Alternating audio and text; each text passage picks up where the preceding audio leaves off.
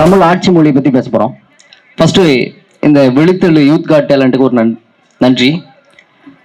திருவடியாக குரலடிகள் கொண்ட மொழி எங்கள் தமிழ் மொழி, சிலம்பின் ஒளியால் இசை முழக்கமிடுகிற மொழி எங்கள் தமிழ் மொழி, இருளை அகற்றும் கதிரொளியாக எழுந்த மொழி எங்கள் தமிழ் மொழி. இவை அனைத்திற்கும் மேலாக இனித்திடும் தெள் அமுதத்தின் மேலான மொழி எங்கள் தமிழ் மொழி. அந்த தமிழ் மொழியினை போற்றி பாடி எனது உரையினை துவங்குகிறேன். ஒரு நாடு அல்லது ஒரு மாநிலம் இருக்கிறது என்று சொன்னால் அங்கு அதிகப்படியான மக்கள் எந்த மொழியினை பயன்படுத்துகிறார்களோ அந்த மொழிதான் அங்கு ஆட்சி மொழியாக இருக்கும் என்பதில் எந்தவித ஐயப்பாடும் இல்லை. அந்த வகையில் இந்த தமிழகத்தை ஆளுகிற ஒரு மொழியாக இருக்கிறது என்று சொன்னால் இந்த தமிழ் மொழிதான்.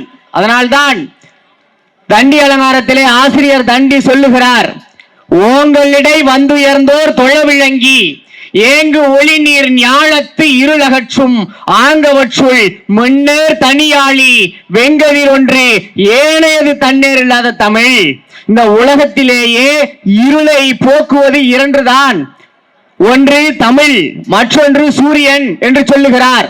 நான் மூன்று என்று சொல்லுகிறேன். ஒன்று தமிழ், மற்றொன்று சூரியன், இன்னொன்று என்னுடைய தமிழகத்திலே இயற்கையாக கிடைத்திருக்கக்கூடிய என்னுடைய தமிழ் பெண்கள் என்று சொல்லுவேன்.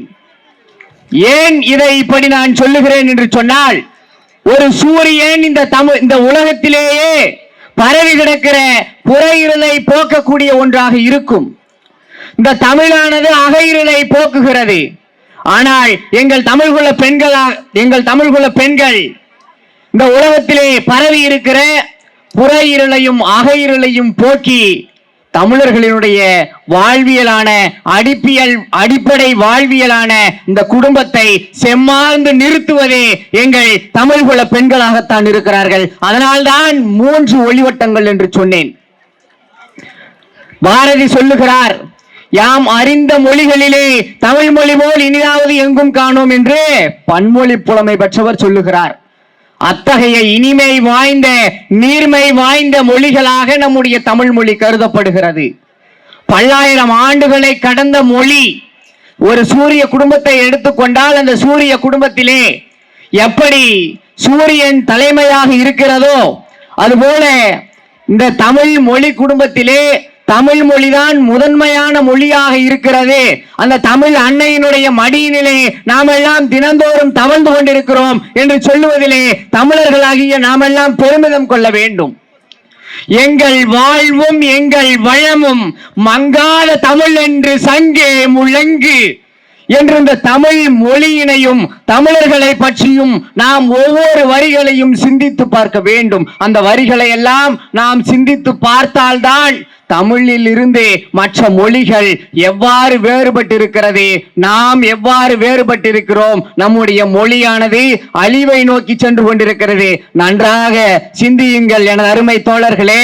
நம்முடைய மொழியானது அழிவை நோக்கி சென்று கொண்டிருக்கிறது. ஆனால் அதிலிருந்து மீட்டு கொண்டு வருவது ஒவ்வொருவரினுடைய தமிழ் ஆளுமைகளினுடைய கையிலும் தமிழ் பேசக்கூடிய மக்களினுடைய கையிலும் தான் இருக்கிறது.